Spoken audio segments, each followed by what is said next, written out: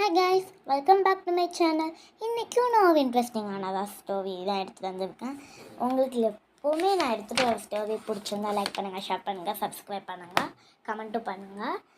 அப்புறமேட்டுக்கு என்ன ஸ்டோரின்னு பார்த்தா, புத்திசாலித்தனம் தேவை. நம்மளுக்கு எங்களுமே புத்தி கிடையாது, நம்ம எதுக்கு யோசிச்சுக்கிட்டு வாங்க நம்ம ஸ்டோரிக்குள்ளேயே டேரெக்டாக போயிடலாம். ஒரு ஏழையான ஃபார்மர் இருந்தாங்க. அவங்க ஒரு தோட்டம் வச்சுருந்தாங்க. அந்த தோட்டத்தில் தான் பயிரெல்லாம் விளைய வைப்பாங்க. அன்னைக்கு ஒரு நாள் அதுக்கு பயிர்கள் போட்டுட்டு தண்ணியை ஊற்றிட்டு இருந்தாங்க. அப்போ அவங்க வீட்டிலேருந்து ரொம்ப தூரம் இந்த இடம், அதனால் எங்கேயுமே தண்ணி கிடையாது. ஆனால் அவங்க வீட்டில் இருந்து ஒரு பக்கெட்டாக எடுத்துகிட்டு வந்து வைப்பாங்க. அதுக்கு இங்கே ஏன் நம்ம ஒரு கிணத்தை தோடக்கூடாது அப்படின்னு சொல்லி, சரி நம்ம தோண்டுவோம் அப்படின்னு சொல்லிட்டு தோண்டலான்னு வந்தாங்க. அதில் ஃபஸ்ட்டு ஒரு கிணத்தை தோண்டினாரு. இது 30 அடி தான் ஆழம். அடுத்தது 2ஆவதாக ஒரு கிணத்தை இது 40 அடி லாங்கு. அடுத்தது இன்னொரு கிணறு இதையும் 30 அடிக்கு தோண்டினாரு.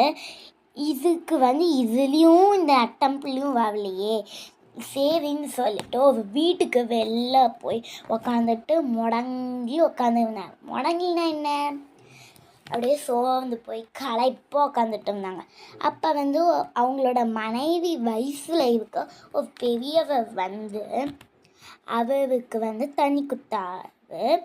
அதே பெரியவர் வீட்டுக்கு எடுத்துகிட்டு போயிட்டு, நீ மொத்தம் இந்த இலையா எவ்வளோ தோண்டுன அப்படின்னு கேட்டதுக்கு, நான் முதல் கிணத்துல 30 அடி தோண்டினேன், 2ஆவது கிணத்துல 40 அடி தோண்டினேன், 3ஆவது கிணத்துல 30 அடி தோண்டினேன், அதனால எனக்கு தண்ணி கிடைக்கவே இல்லை அப்படின்னு சொல்லி இந்த பெரியவர்கிட்ட சொல்லுவாங்க.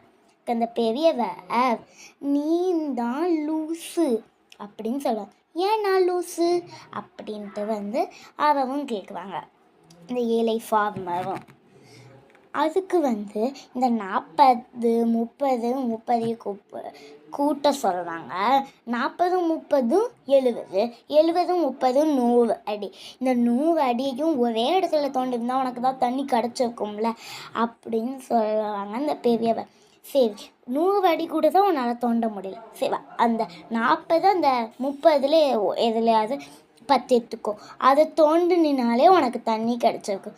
இது உனக்கு கடின உழைப்பு மட்டும் போதாது, புத்திசாலித்தனமும் தேவை அப்படின்னு சொல்லி அந்த பெரியோர் சொல்லி திருப்பியும் தோண்ட கிளம்பிட்டு ஆழமாக தோண்டினா அவனுக்கும் தண்ணி கிடச்சிடுச்சு. அவ்வளோதான், நம்ம ஸ்டோரி முடிஞ்சிடுச்சு. அடுத்தது ஏதாவது ஒரு இன்ட்ரெஸ்டிங்கான ஸ்டோரியோட வரேன்.